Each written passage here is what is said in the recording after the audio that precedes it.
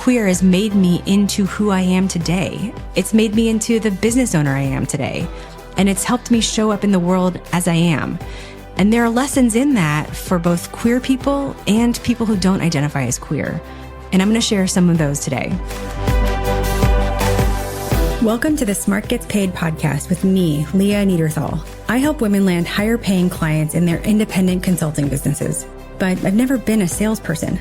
My background is in corporate marketing, and when I started my first consulting business, I learned pretty quickly that it's about 1,000 times harder to sell your own stuff than it is to sell someone else's. So I taught myself how to do it, and I created the sales approach that I now share with my clients so they can feel more comfortable in the sales process, get more of the right clients, and get paid way more for every client contract. So whether your client contracts are $5,000, $100,000, or more, if you want to work with more of the clients you love, do more of the work you love, and get paid more than you ever thought you could, then you're in the right place. Let's do it together. Thanks for tuning in, and don't forget to rate, review, and share. Hey there, Leah here, and thanks for tuning in. I hope that wherever you're listening to this, wherever you are right now, you're having a good week, making some good progress on your business, and taking some time for you. So I realized a few weeks ago that it's the 20th anniversary of when I came out as a lesbian. It's my 20th anniversary of being out. And I first thought, wow, that is a really long time. And then I thought, I need to do something on the podcast about that. And this being Pride Month, I thought, what better time than now to sort of reflect on that? Because as I look back on that journey and where I am now, I realized that there are a lot of ways that being gay has, of course, impacted me. And there are also a lot of ways that being gay has actually impacted me and helped me as a business owner. And I wanted to share those here. And if you're listening to this and you don't identify as queer, then some of these things might surprise you to learn. And if you are queer, you might see yourself in some of the things that I'm going to say and you're going to hear my colleagues say. So this is actually going to be in two parts. The first episode, this episode, is going to be a little bit about my journey, like my coming out, how I knew I was gay, and my journey as a queer person, and how that's affected me as a person and what I've learned from that. And then the second part is going to be about how being queer has actually helped me as a business owner and how some of that might actually help you, even if you don't identify as queer. And in that part, the second part, I've invited some friends and colleagues who are also queer business owners to share how being queer has helped them as business owners too. So you're going to hear from folks like Nate Shalev, Claire Wasserman, Eduardo Placer, B. Pagels Minor, and Jennifer Brown about their experiences too. So happy Pride. If you're queer, I hope you like this episode and can see yourself in some of it. And if you don't identify as queer, don't worry, there's a lot in here for you too. So stick around right after this. Okay, so why am I doing this? I mean, aside from the fact that it's the 20th anniversary of my coming out and it's Pride, why am I talking about this? Because being gay is so much a part of who I am, and it's inseparable from who I am. And the things I've experienced and the things I've learned as a gay person are inseparable from how I am as a business owner and how I've run my business. And I mean, when I think about it, I really haven't put my gayness front and center here before. I mean, of course, if you've been in my orbit for more than 5 minutes, you know that I'm married to a woman. Her name is Emily. I talk about her on the podcast. My clients have all heard about her. And, a lot of my clients have actually met her. And you've probably heard about our 2 kids. So I'm not hiding anything about being gay, but I also haven't really leaned into it and put it front and center in this podcast or in my business. Which is really kind of interesting because at one point in my past, I was a professional gay. Everything I did and my work was about being gay, which I'm going to tell you about in a minute. But in the years since then, it really hasn't been so front and center. And then I was like, this is episode what? This is episode 92. If I've done 91 episodes that were squarely about growing your consulting business and my gayness was just a footnote, I think I've earned 1 or 2 where it's a little more prominent, a little more front and center. But in all seriousness, I'm also doing this because I want to put something out there that's about hope and that's optimistic about being queer in business. Something about, if you're young or early in your career and you're queer or questioning, or if you know someone who is queer or questioning, or if you have friends or family or team members who are queer. Because I got to tell you, it's kind of scary out there for the LGBTQ plus community. There are very loud voices that are trying to shift the culture away from acceptance and equal rights for our community. You might not know this, or you might not realize that in state legislatures in the US, there are 515 bills that are currently being moved through the legislative bodies that attack or remove the rights of LGBTQ people and families. That's 515 bills that the ACLU is currently tracking. So if you thought that things were sort of settled when we got gay marriage, unfortunately, that couldn't be further from the truth. And beyond just the legal aspect, there's, simply what's going on in the culture around the backlash against LGBTQ plus everything. This is the reality that the LGBTQ plus community lives with every day. But in the midst of all that, there's lightness, there is joy, there are things to celebrate, especially as business owners. So if you are a queer business owner, if you are questioning, if you're an ally, this episode is for you. And I hope you'll share it with the people in your life.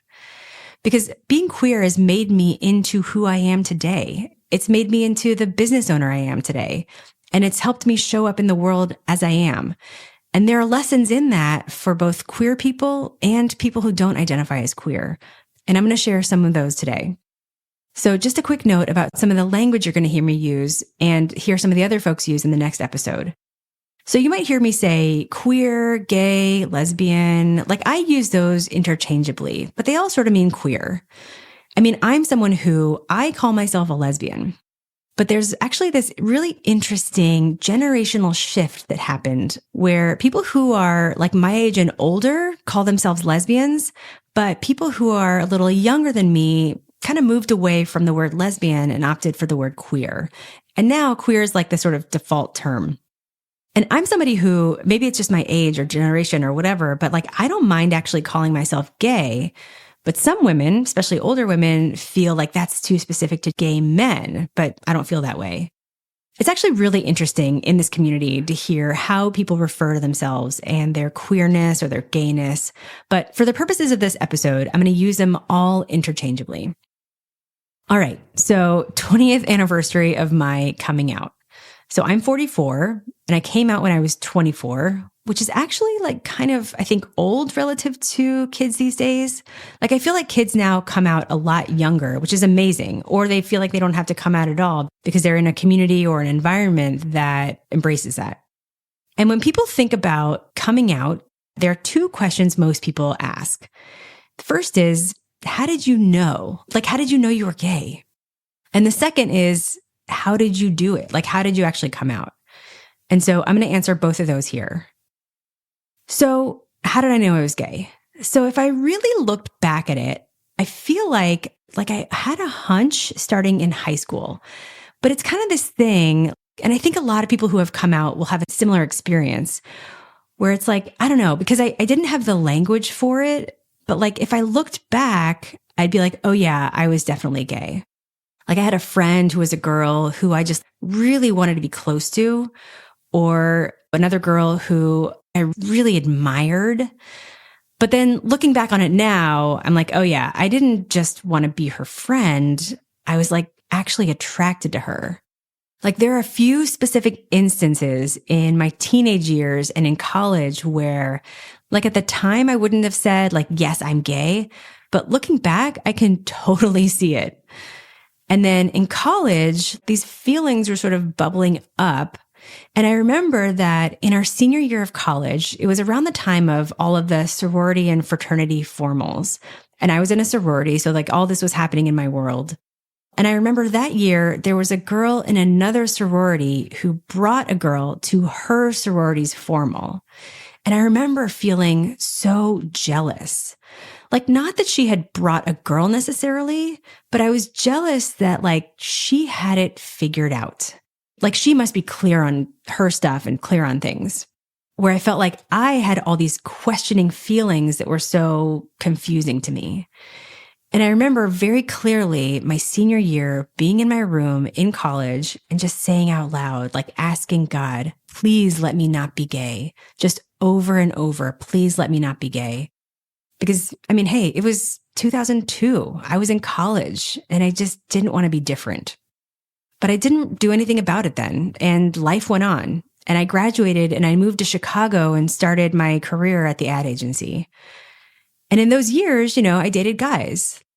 I wouldn't say I was in the closet then. Like, it's not as though I knew for sure I was gay and I just went through the motions of dating guys or that I was deceiving anyone. It's just that I sort of hoped that these feelings would like blow over. But I dated guys. I did the whole like J-date thing because I was, running the playbook. I actually used to say back in those years, right after I came out, I used to say that I was, quote, running the program.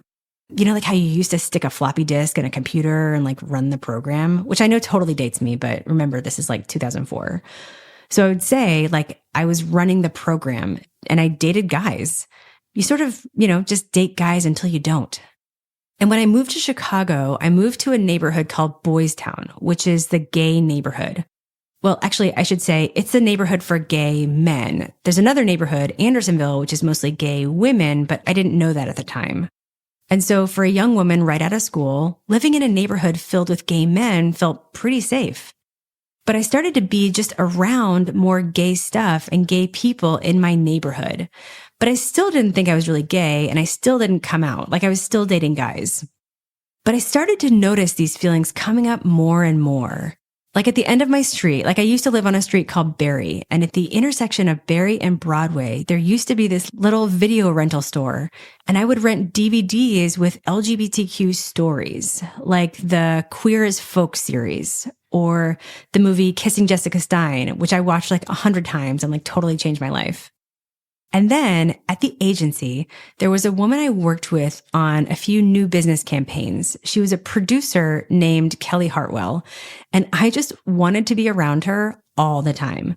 Like I just thought she was so beautiful, and I just like wanted to be near her and like work with her. And one day we were all at the company softball game. Like we played in this ad agency softball league, and I was watching her play. And a thought came to me that was so loud and clear. Like I can still picture exactly where I was when I heard it.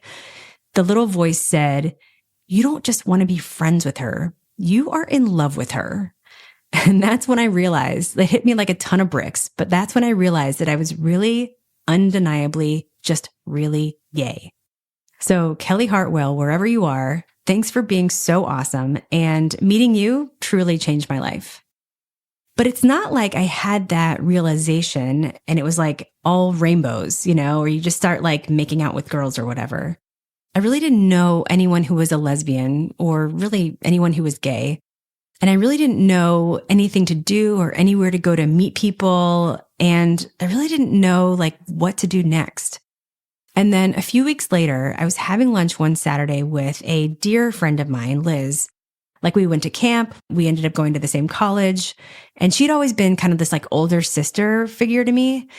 And we were having lunch, and in the middle of lunch, I said, "I have something to tell you. I'm gay." And she was so lovely and wonderful and so supportive. And she said, "I love you, and I don't know how to help you and where to tell you to go, but I know someone who can." And she put me in touch with one of her friends who had been gay in Chicago, but who had moved away. And when I got in touch with her, she gave me the whole lay of the land and what to do next to get out and meet people. And from then on, I was out. I started going out to gay bars. I made my first lesbian friends, this incredible group of women who welcomed me and are just the most amazing women, which I'll tell you more about in a few minutes. And the rest, as they say, is history. I came out to my sister not too long after that, and then I came out to my family a few months later. And I mean, for my parents, like this was an adjustment, right? But on the whole, they were wonderful. I was on the phone with them and my dad said to me, "We love you and we'll never abandon you." And unfortunately, that's something that does happen to a lot of queer kids. And so I have to say that I'm incredibly fortunate, so incredibly fortunate to have had people in my life who loved me and who supported me. I had probably the most unicorn experience in that out of everyone in my life, only one person had a weird reaction and everyone else was amazing. And I am so, so lucky for that. And we've been talking about coming out. And if you're not queer, you might not realize this, but when you are queer, you don't just come out once. You come out all the time, like all the time for the rest of your life. Everyone you encounter, you have to decide whether or not to come out. And you're constantly like making a decision on whether or not to tell people the truth. There was a perfect example of this that happened just the other day, these two instances that demonstrate what I'm talking about. So that day, this is recently, it was a Friday afternoon, and my wife and I had both ended work early, and we decided to meet up and get our eyebrows threaded. Not all lesbian partners get their eyebrows threaded together, but anyway, that day we just did. And there's this really sweet South Asian woman who was helping us.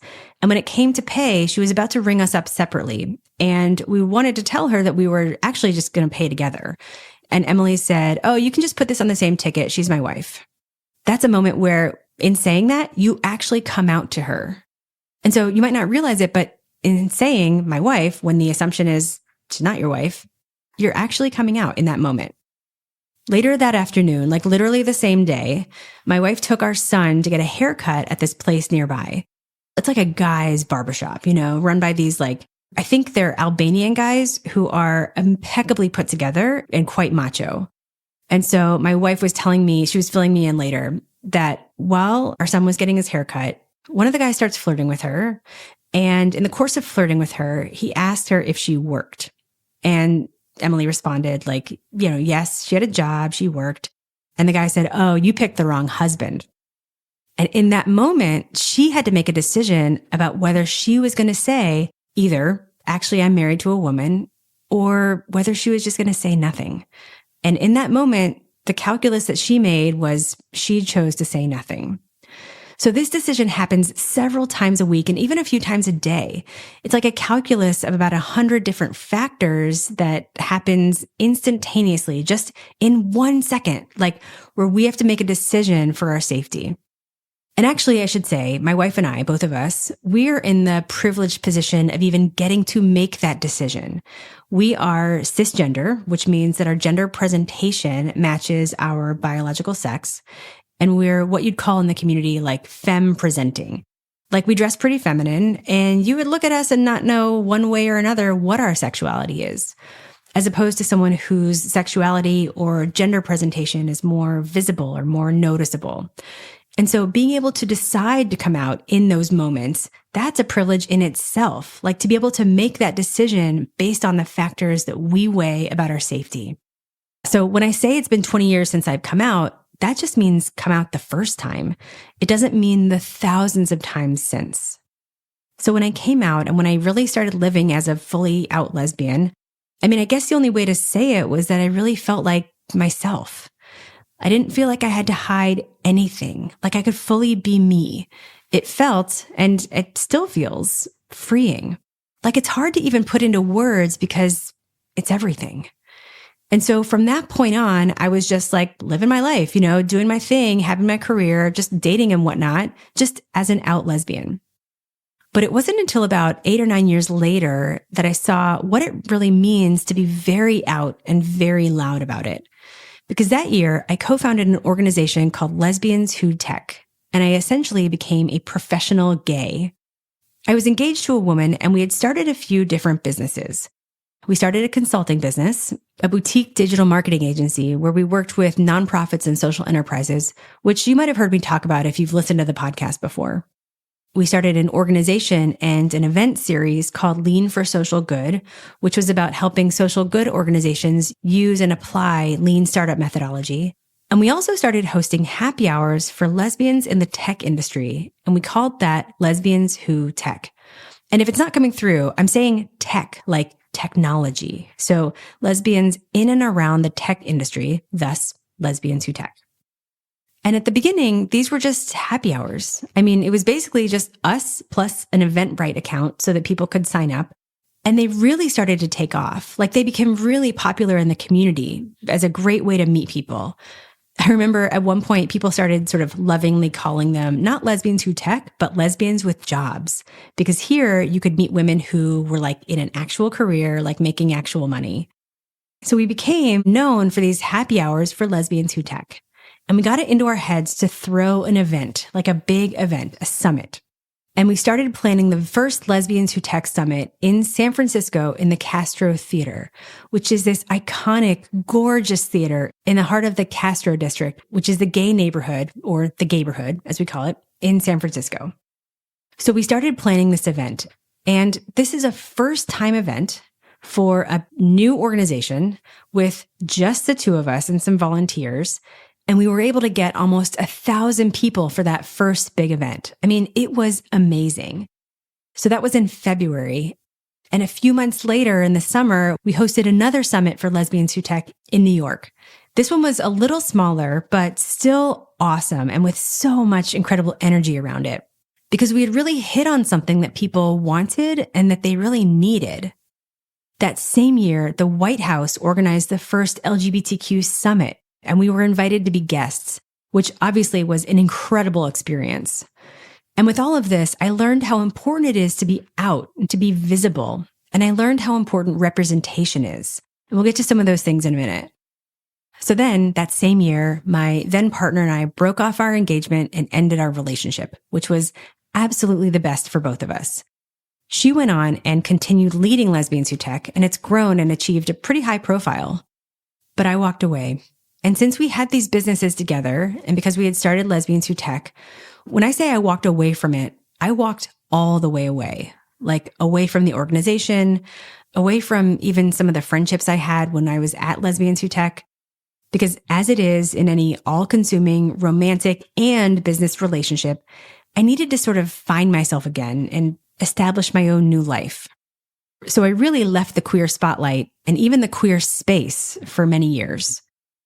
And in fact, this episode, this is actually, like when I look back on it, this is the first thing I've done in years that's like queer forward.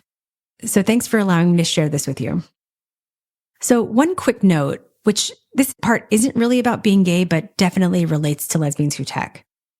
So in this podcast, you might have heard me say that I've always been more comfortable in the background, like just in the background, doing great work, not really in the spotlight. And about how when I started my business, I had to get more comfortable being in the spotlight because only when you're visible can people find out about you and hire you. It's something I talk about in episode 60 called The 3 Biggest Mistakes in My Consulting Business. Well, being behind the scenes doesn't just affect your business. It can affect a whole lot more. When my ex and I were running Lesbians Who Tech, she was very much out in front, on stage, the face of the organization.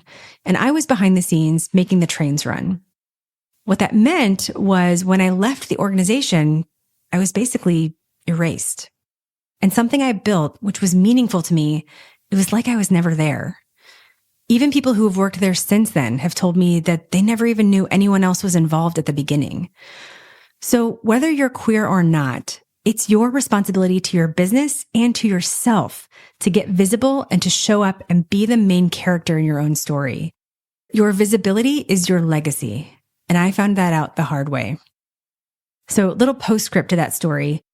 After we separated and I walked away from Lesbians Who Tech, I moved to DC to be closer to my family and sort of reconnect with myself. I decided that I wasn't going to date anyone for a year. And I spent that year really just getting to know myself again. And I really fell in love with myself or fell back in love with myself. And then about a year later, I walked into a bar and locked eyes with the woman who I would fall in love with and eventually marry, my wife, Emily. And we have 2 awesome kids. So, it all worked out. So I wanted to share a few things I learned through this journey and that you can think about and apply to your life, whether you identify as queer or not. So these are what I learned in my journey. And then in the next episode, I'm going to share what I learned about business and how being queer has helped me as a business owner. So 3 things I learned through my journey. The first is I learned to tell the truth. And what I mean by that is to tell the truth about yourself, to yourself. Tell the truth about how you're feeling and who you are. I feel like I went through so many stages of realizing that I was gay and then coming out. There was the stage when I kind of had a hunch I was gay, and the stage where I wished I wasn't gay, and then the stage where I was sort of hoping it would go away, and then the stage where I really kind of knew it, but I was afraid to tell anyone. And then finally the stage where I came out. And I have to say, all of those stages except one were really uncomfortable, especially some of those later stages where I needed to tell the truth, but I didn't know how. I remember there was a long time where I would have a standing Sunday call with my best friend from college who lived in New York. And remember, I was living in Chicago. And so those Sunday calls were how we stayed close.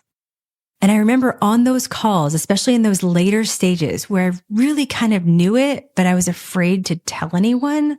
But the fact that I was gay just felt like it was right on the tip of my tongue. And I remember just having to be very conscious on those calls and telling myself, don't say it, don't say it, don't say it, to my best friend, because I was afraid of admitting the truth and saying it out loud. But as uncomfortable as all those before stages were, when I finally admitted to myself and it finally came out, the relief and the joy was 100 times stronger. And so I learned that I have to be honest with myself and tell the truth. Keeping secrets from people is hard and can corrode some relationships, but keeping secrets from yourself is even harder and more damaging.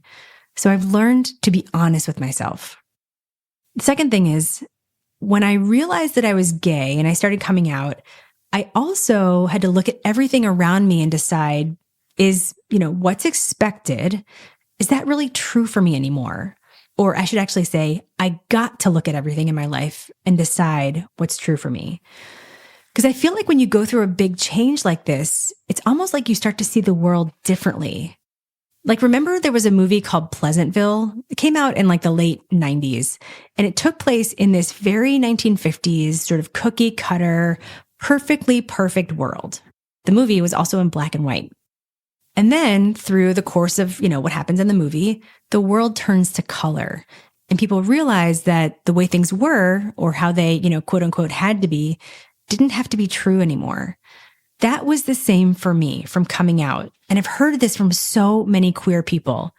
And I've also heard people say that they experience this same thing when they go through a loss or experience trauma or just something significant that's happened to them outside the norm. But I got to start looking at things and deciding what's right for me, not just on my sexuality, but in everything. I mentioned earlier that I had been, quote, running the program. And I stopped running the program and started living life according to what's right for me. And this especially comes up in the next episode because you're going to hear how even that one thing, not running the program, how that led to a lot of things in my business. And the third thing I learned is how important community is. So when I first came out, I really didn't know any other lesbians or even gay people. And even though I lived in a gay neighborhood around the corner from a lesbian bar, I didn't even know how to start meeting people really. So I actually went to Craigslist and I posted an ad for a woman, totally platonic, to go out to the bars with. I know, Craigslist, right? But remember, this was 2004. And a young woman answered my ad who had just come back into town after graduating college. And so we met up and then we made a plan to go out to some gay bars. So the next time we met up, it was on a Thursday night and we were all so jazzed, so excited to go out to the bars. We were so jazzed. We couldn't wait. And we go to Broadway, which is a street that has a bunch of gay bars on it. And we walk into a bar and it was dead. No one was in it except for one or two older gay guys. And we were like, what is happening here? So we walked out and we went to another one. And that one was also kind of dead. And the few patrons that were in there were also guys. But we decided to give it a shot and just, have a drink. So after that drink, we left that bar and we were like, well, let's give it one more shot. Let's just go to one more bar. And if it's not good, then we'll just try again another night. And so we walk into this bar called The Closet, which is a tiny lesbian bar the size of a shoebox. And to our total joy and surprise, it was busy and there were people there, and not just people, women, my age. And my friend and I sort of edged up to the bar and got a drink. And we looked around and I was just in awe. Like I felt like I had hit the jackpot. And I saw some girls hanging out together over by the side of the bar, and they looked to be about my age and they were cute. And so I summoned up all my courage and I went up to them. I introduced myself and I said, hey, if you guys are here tonight, you must be other places, other nights, right? So where do you go? And I explained that we'd sort of struck out at these 2 other gay bars that night. And they told me, and we kept talking, and those girls, that group of women, they sort of took me in and we quickly started hanging out, and they became my first gay friends. And everything that's come from my, being queer in a community of queer people has come from having that first group of friends, because I met people and I met more people and more people. And like every ounce of joy I have had as a queer person, like I can't even totally summarize how wonderful these past 20 years have been. Nearly every good thing has been because I had a community. Everything started from that moment, from me taking that first step just to walk up to those women and say hello. And since then, I've really been held by this community. I mean, listen, life can be lonely. Being different, air quotes, different, can be very lonely. And right now there's an epidemic of loneliness and people feeling disconnected. But goodness can and does come through community, and we need each other. So it's been an amazing 20 years full of ups and downs. So many stories, I couldn't even possibly tell them all here. And in the world, things do feel scarier right now than they ever have, at least since I've been out. But there is joy in being queer, and there is always joy in being yourself. As my friend Sue wrote on a sign she held at Pride several years ago, it said, even if it was a choice, I'd still choose it.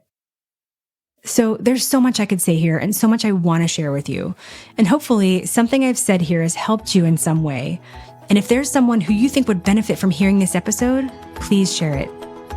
And in the next episode, I'm going to share how being queer has actually helped me as a business owner, and how some of that might actually help you even if you don't identify as queer. And I've invited some friends and colleagues who are also queer business owners to share how being queer has helped them as business owners too. So stay tuned for that episode. We'll see you in a couple weeks, and happy Pride.